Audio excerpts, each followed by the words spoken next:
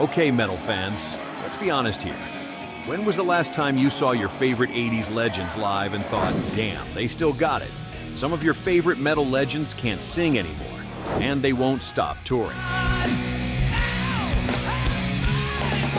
Vince Neil's voice is shot after multiple strokes. John Bon Jovi needed his vocal cords rebuilt. Journey's singer begged fans to vote him out after one bad show. These aren't comeback tours. They're cash grabs, and it's destroying legacies built in the 80s. Today, 6 aging metal and hard rock bands that need to retire now before it gets worse. You'll either agree or you'll rage in the comments. Either way, let's go. Number 1, Mötley Crüe.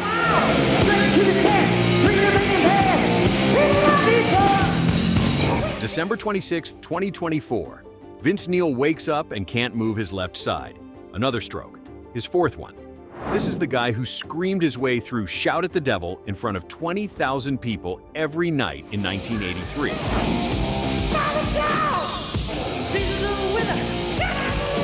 The voice that made Girls, Girls, Girls a platinum selling anthem. Mötley Crüe didn't just own the Sunset Strip in the 80s, they defined it.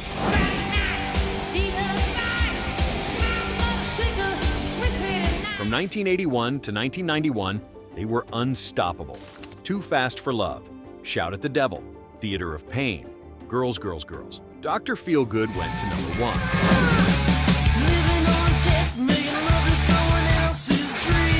They sold over 100 million records worldwide and became the poster boys for sex, drugs, and rock and roll excess.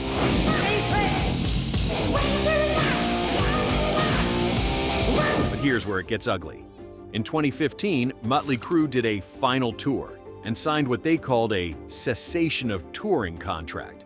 They swore they'd never tour again. Fans bought expensive tickets thinking it was their last chance.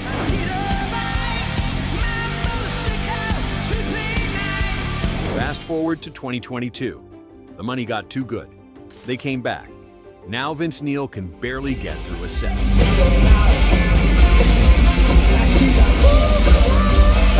At the 2024 Minnesota State Fair, a reviewer wrote that his voice was pinched and nasal, buried in electronic effects just to make it listenable.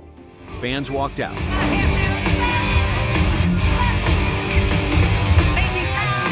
And it's not just age. Neil's had 4 strokes. 2 went undetected for years. The Christmas 2024 stroke left him unable to walk. He spent months in rehab learning to move again.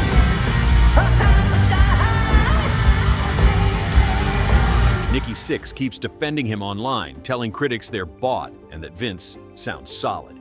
But the video evidence tells a different story.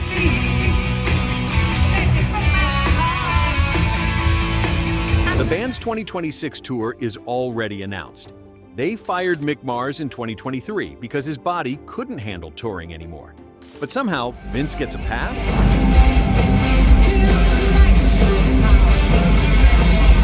This isn't a comeback, it's a medical risk on stage every single night.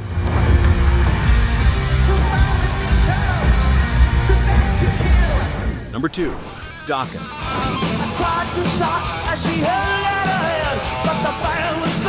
When they drop Tooth and Nail, the entire world takes notice. The dual guitar attack of George Lynch and the tight rhythm section made them platinum sellers.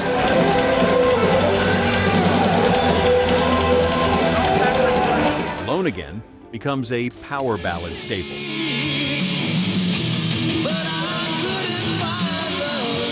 They weren't just another hair metal band. They had serious musicianship behind the makeup.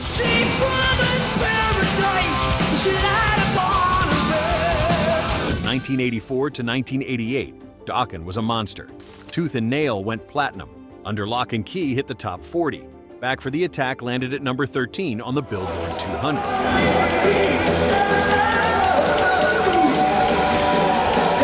They toured with everybody: Metallica, Aerosmith, Judas Priest. MTV couldn't get enough of them. But the cracks started early. The egos were too big. Lynch and the frontman hated each other. By 1989, they imploded. Broke up, done. They've reunited multiple times since. But here's the problem. The band that comes back isn't the band that left.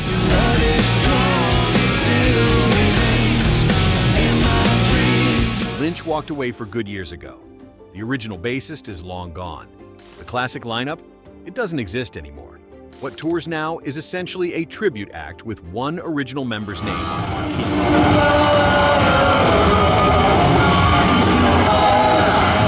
And the performances show it. Reviews from 2024 and 2025 tours are brutal. Fans report struggling vocals, missed notes, and a frontman who can barely move around stage at 71 years old.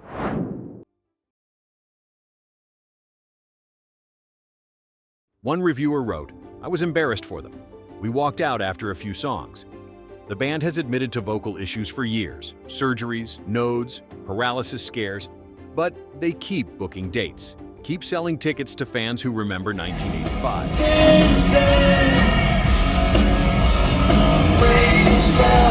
Here's the thing, Dokken in their prime was about precision, tight musicianship, vocal power.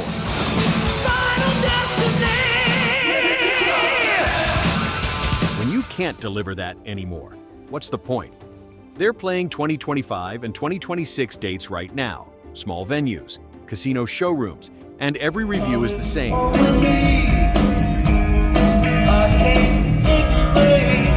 The guitars still sound good, but everything else is a struggle. This isn't a reunion. It's a nostalgia tour that can't deliver the nostalgia.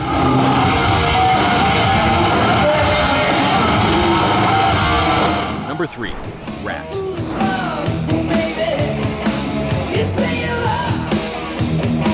Round and Round hits MTV in 1984, and Ratt explodes.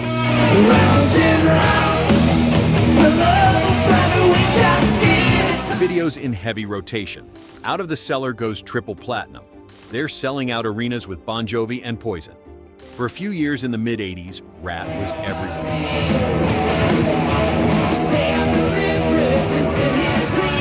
Out of the Cellar, Invasion of Your Privacy, Dancing Undercover, 3 consecutive multi-platinum albums between 1984 and 1986.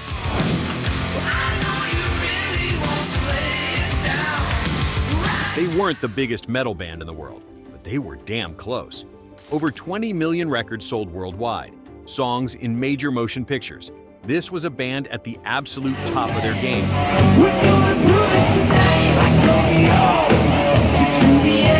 Then the 90s hit. Grunge killed the party. Ratt tried to adapt, but nobody wanted to hear it.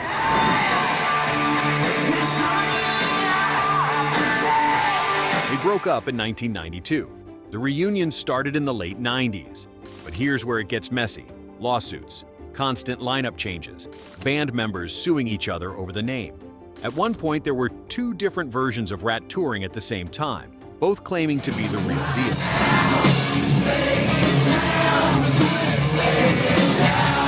The legal battles killed any momentum they had. Fans didn't know which version to support. The original magic was gone, replaced by courtroom drama and bitter feuds. Fast forward to 2025. They're still touring. Some shows with original members, some without. The reviews are all over the place. Some fans say the energy's still there. Others report vocal struggles and a band that looks exhausted, just trying to keep up with their own songs.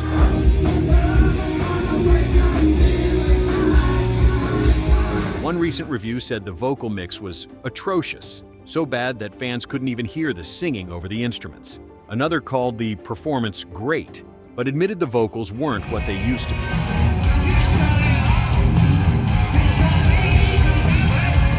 The problem isn't just age, it's that Ratt never figured out how to age gracefully. The lineup's constantly shifting. The legal drama never ends, and the performances are inconsistent at best.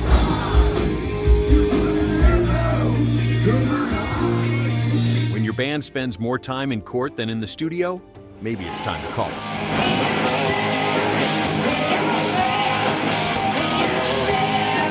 Number 4, Journey.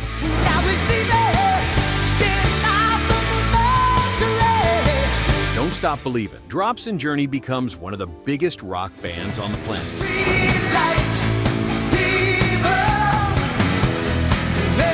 Escape goes to number 1. Frontiers sells over 6 million copies. They're playing stadiums worldwide with one of the most recognizable voices in rock history leading them.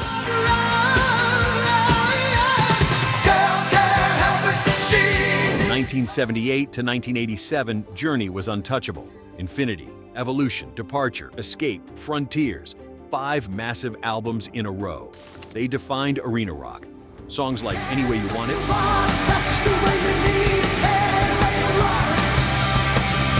Faithfully,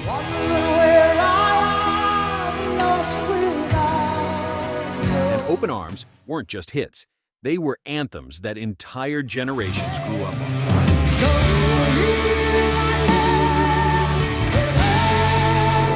Then the original singer walked away in 1998, and Journey's been trying to replace that voice ever since. First replacement couldn't handle it. Throat problems forced him out. Second replacement lasted less than a year. Then, in 2007, they found a Filipino singer on YouTube covering their songs in a Manila bar.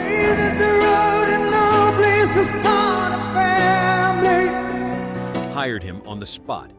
For a while, it worked. The new guy could hit the notes. Journey was back in arenas. The band had a second life.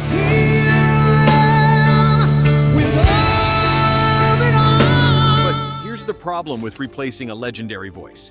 The bar is impossibly high, and age doesn't care who you are. September 2024, Rock in Rio Festival in Brazil.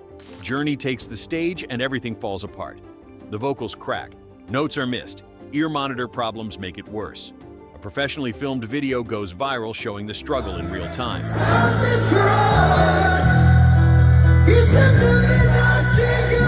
The backlash was immediate. Fans shredded the performance online.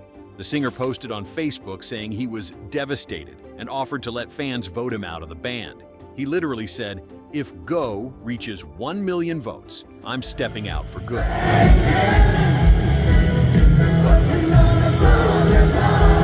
His bandmates rushed to defend him, blamed the sound system, blamed the opening band for sabotaging their audio, said it was just one bad night.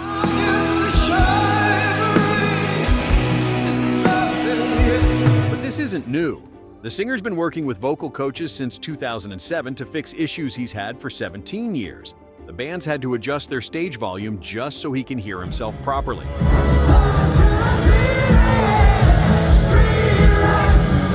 Journey's booked for 2025 and 2026. But the question fans are asking is, how many more Rock in Rio moments before something changes? This is a band that's replaced their iconic voice 3 times, and now even the replacement is struggling.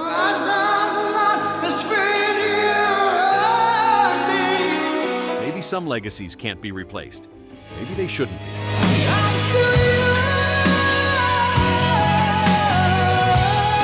Number 5, Bon Jovi.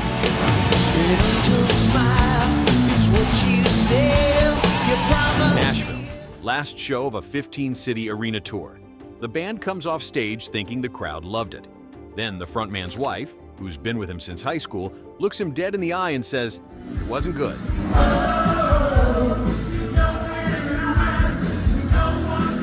That moment broke something, because she was right. Rewind to 1986, Slippery When Wet drops, and Bon Jovi becomes the biggest rock band in America.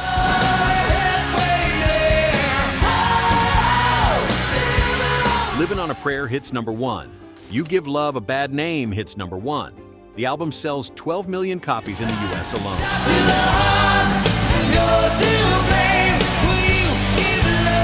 New Jersey comes next in 1988. Another number 1. 5 top 10 singles off one album. They're playing Giant Stadium to 130,000 people over 2 nights.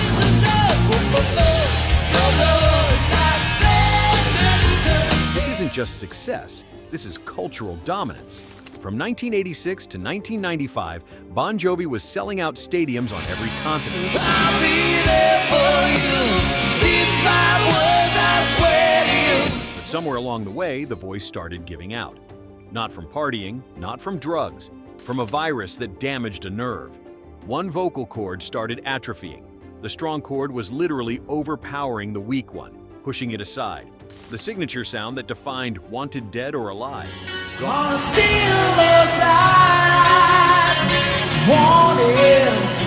By 2022, critics were asking, what's going on with the vocals? Shows were described as flat, reedy, choked.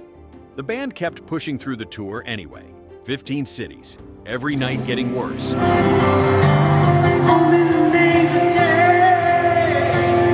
In June 2022, the frontman underwent major reconstructive vocal cord surgery.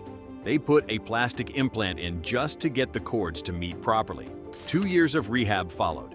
Vocal coaches, daily exercises, the works. Working for a man, she brings home a big ball. A new album dropped in 2024. But there's no tour, because the truth is brutal. The voice can handle a studio session. 1 song per day, no pressure. But 2.5 hours a night, 4 nights a week, for months on end, not happening. Don't need to even try. The band's done 1 private performance since the surgery, a secret show in Nashville in 2025 for an exclusive travel package. No real tour, no arena dates, and the frontman's been honest about it. If I can't be great, I'm out. Problem is, Bon Jovi built a career on being great, on hitting those notes, on commanding that stage.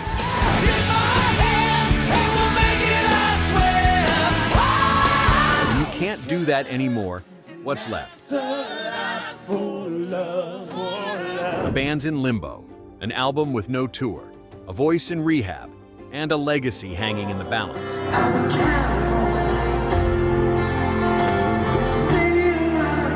Number 6, Twisted Sister.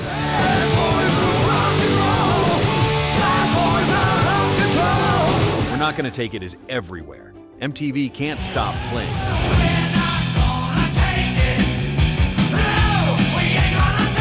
Stay Hungry goes triple platinum. Twisted Sister isn't just a band, they're a movement. The makeup, the attitude, the defiance, they're selling out arenas across America.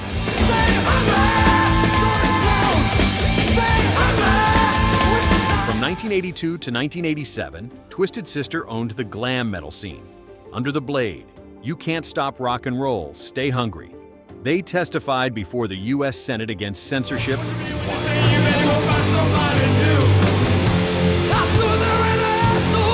Their frontman became a cultural icon, the guy who stood up to politicians and parents and refused to back down.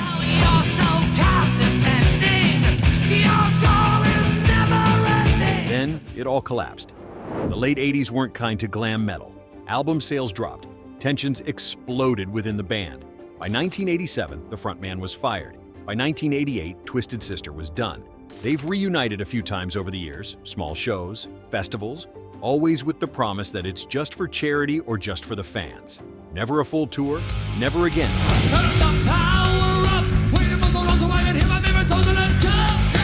Until 2025, 70 years old. After a health scare, the frontman calls his bandmates and says, "Let's do it. One more time, a 50th anniversary tour for 2026.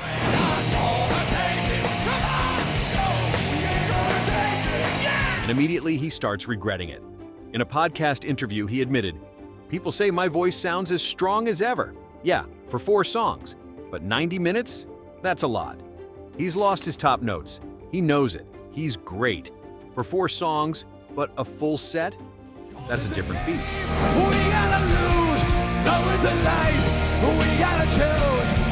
He's physically fit, but not like he was 10 years ago. He's training weekly just to get ready, rehearsing with local bands to build stamina. And he's already asking himself, am I brave or stupid? The answer? Probably both.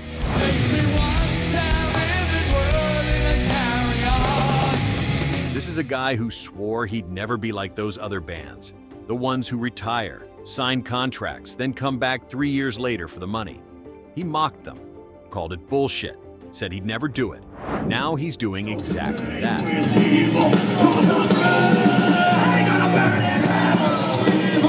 European festival dates are already announced. US shows are coming. And the frontman's own words tell you everything.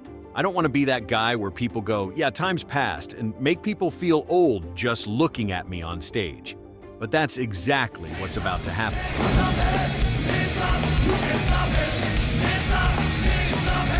Twisted Sister in 1984 was about power, rebellion, a voice that could shake walls.